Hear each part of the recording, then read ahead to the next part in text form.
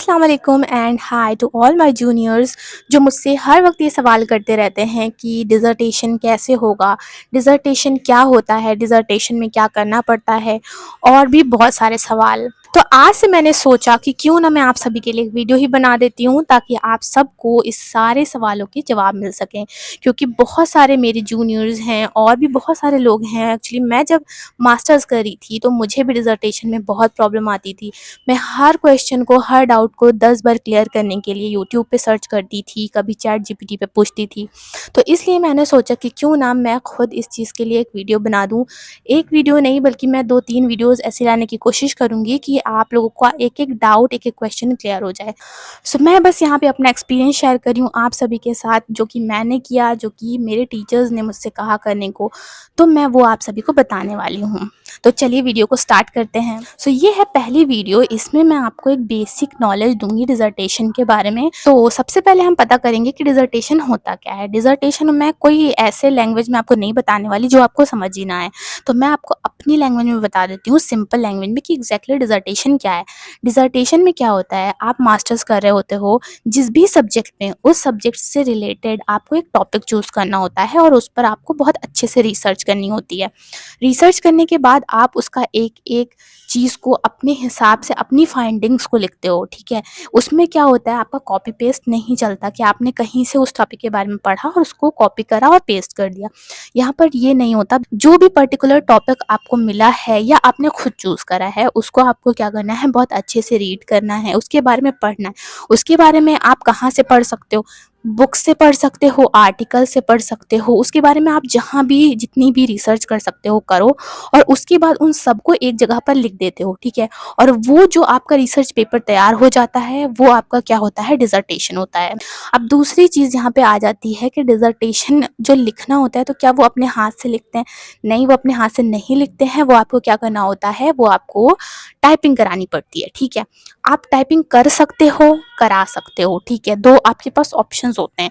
आप चाहो तो आप खुद से टाइपिंग कर लो, लैपटॉप पे, कंप्यूटर पे, कहीं पे भी, ठीक है? इवन फ़ोन पे भी, क्योंकि मैंने फ़ोन पे ही किया था। मैं आपको ये एक्सपीरियंस अपना बता रही हूँ, क्योंकि ज़्यादातर ये लोग ये सोचते हैं कि लैपटॉप नहीं है, कंप्यूटर नहीं है, तो कैसे टाइपिंग करेंगे? तो आपको क्या करना है, अगर आपके पास ये ऑप्शन नहीं है कि आपके पास लैपटॉप नहीं है या आपके पास कंप्यूटर नहीं है, हालाँकि मेरे पास लैपटॉप था, बट उस वक़्त वो ख़राब था जब मुझे ज़रूरत थी। तो मैंने अपने फ़ोन पे वर्ड डाउनलोड किया, एमएस वर्ड डाउनलोड करने के बाद मैंने उसमें सारा कुछ टाइप किया अपने हिसाब से, और फिर मैंने उसको अरेंज करके और मैंने उसको ही अपनी उसके प्रिंट आउट्स निकलवाए थे, ठीक है?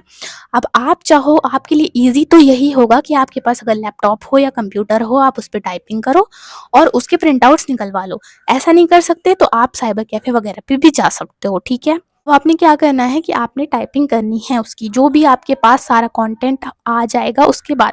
अब अगर आपके पास सारा कंटेंट है और इवन आपके पास पिक्चर्स भी होनी चाहिए। अगर आपके पास पिक्चर्स नहीं होंगी तो भी आपको प्रॉब्लम होगी, क्योंकि पिक्चर्स ही आपको शो करनी पड़ती हैं। अब जैसे मेरा टॉपिक था मैमेलियन डाइवर्सिटी, तो मैंने क्या किया था, मैंने बहुत सारे मैमल्स के पिक्चर्स कलेक्ट किए थे, यानी कि मेरे स्टेट में, मेरे अराउंड जो भी मैमल्स थे, मैंने उनकी डाइवर्सिटी लेने के लिए मैंने बहुत सारे एनिमल्स के फ़ोटोज़ कलेक्ट किए थे।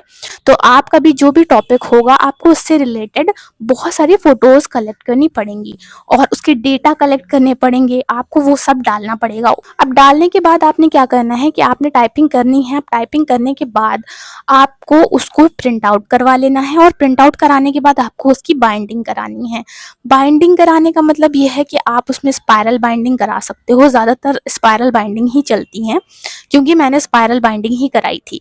बाकी आप चाहो तो इस तरह की फ़ाइल ले सकते हो या फिर इस तरह की फ़ाइल भी आप यूज़ कर सकते हो इसमें। सो बेसिक हमारा क्लियर हो चुका है अभी तक का, जो भी मैंने अपना एक्सपीरियंस आपके साथ शेयर किया है कि मैंने क्या-क्या किया था। मैंने पहले सारा डेटा कलेक्ट किया था, बुक्स से, आर्टिकल से, सब जगह से, ठीक है। उसके बाद मैंने फ़ोटोज़ भी कलेक्ट करी, फ़ोटोज़ को और आर्ट, जो भी मैंने जितनी भी इन्फॉर्मेशन ली थी उन सबको अलाइन वाइज़ लगा के, इंट्रोडक्शन, उसका मेथोडोलॉजी, उसका रिज़ल्ट, उसका कंक्लूजन, वो सब कुछ लिखने के बाद मैंने क्या किया था, उस सबको प्रिंट आउट करवा लिया था। प्रिंट आउट कराने के बाद मैंने क्या किया, उसकी स्पाइरल बाइंडिंग कराई। और एक बात और मैं आप सभी को बता दूं, मेरे कॉलेज में 3 कॉपीज बनवाई गई थी, एक मेरे खुद के पास रखने के लिए और 2 कॉलेज में सबमिट करने के लिए।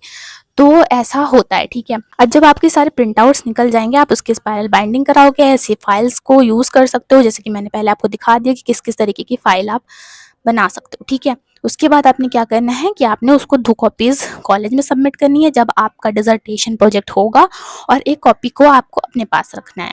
तो बेसिक क्लियर हो चुका है हमारा। अब इसके अलावा जो नेक्स्ट वीडियो हमारी आएगी उसमें मैं कुछ डाउट, जो कुछ क्वेश्चंस आप लोग पूछते हो उसके जवाब दूंगी।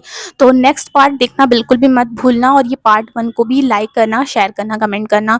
जो भी क्वेश्चन हो वो सारे आप कमेंट में पूछ सकते हो मुझसे। अब मैं अलग अलग लोगों के जवाब कब तक देती रहूँगी, इसलिए मैं एक साथ आप सभी को जवाब दे दूँगी यूट्यूब वीडियो पे। तो सब लोग मेरे चैनल को सब्सक्राइब कर लेना, और thank you for watching this video.